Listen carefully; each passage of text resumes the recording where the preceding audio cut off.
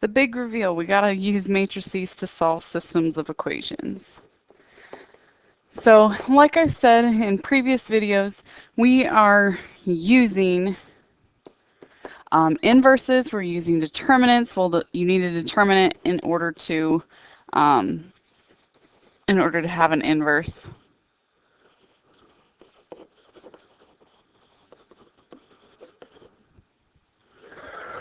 But either way, you need that information. You needed some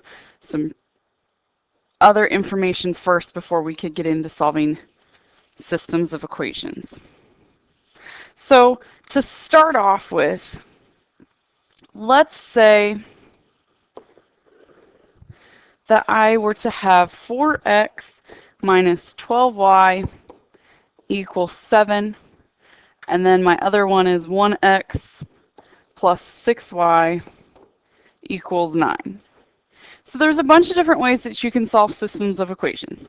You could do graphing, you could do substitution, you could have elimination, but this way we're going to use matrices.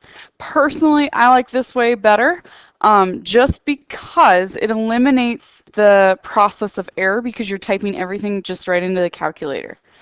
And that's the big reason why I like this one the best. So realistically, I've got technically 3 matrices here. And I have 4, negative 12, 1, 6. So notice this is just the coefficients. And that would be multiplied by my variables of x, y, because that's what we have. And that equals then 7, 9. Well, if I were to get the xy by itself, I'd technically, quote unquote, divide by that first matrix of 4, negative 12, 1, and 6. Well, with matrices, we can't actually divide. So instead, we multiply by the inverse. And so what we're actually doing is taking the inverse of that front matrix times that answer matrix of 7, 9. So notice I wrote it with that negative 1.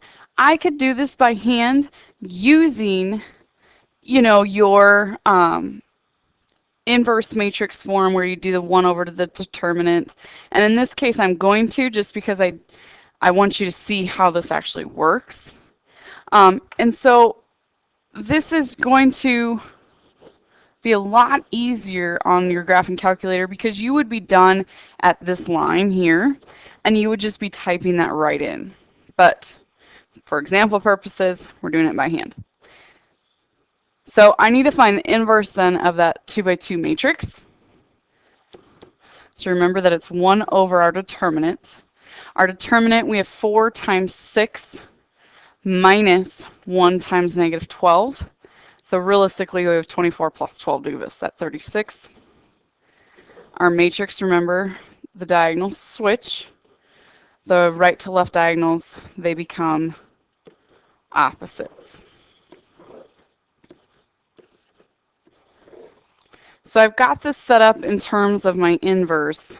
Now I need to do some multiplication. Before I work with that scalar, I'm going to do my multiplication of the 2 by 2 matrix to the 2 by 1 matrix.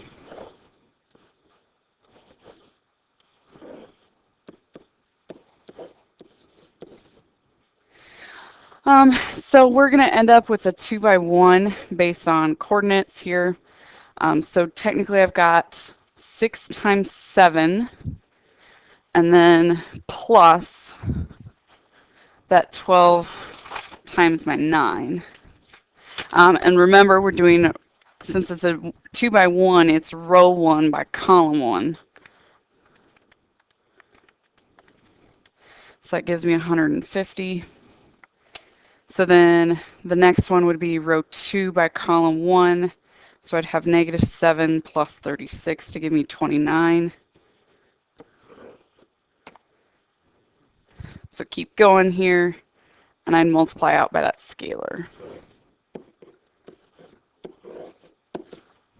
So I have 150 divided by 36, which doesn't work out nicely, but that's okay.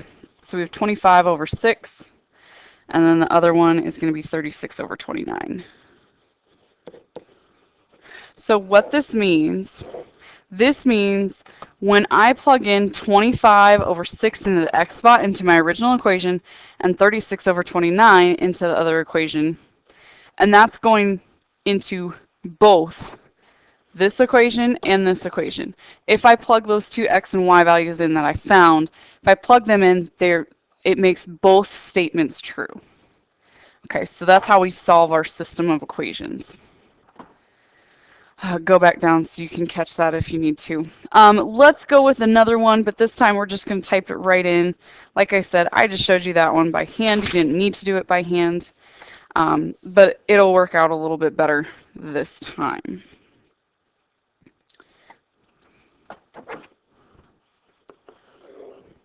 All right, so let's go with 4x minus 2y equals 22, and then 6x plus 4y equals negative 2.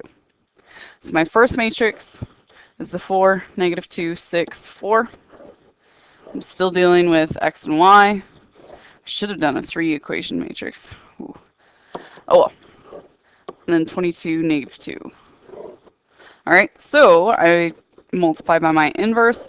Notice, key here, your inverse has to be first. And that's because we're dealing with multiplication. This is a 2 by 1, and then you'd have a 2 by 2. And we know the 1 by 2 there doesn't work. So that's why your inverse matrix has to go first. 4, 6, negative 2, and 4 to the negative 1 times that 22, negative 2. You'll get calculator notes on this, but for right now, I'm just going to go ahead and type it in. You probably could figure out on your own. Since we've played around with matrices, you know how to get up a matrix on your calculator. And realistically, you're just taking it to the power of that negative 2. So nothing really has changed in terms of what we are doing with our matrices. So, sorry, just typing this in. We get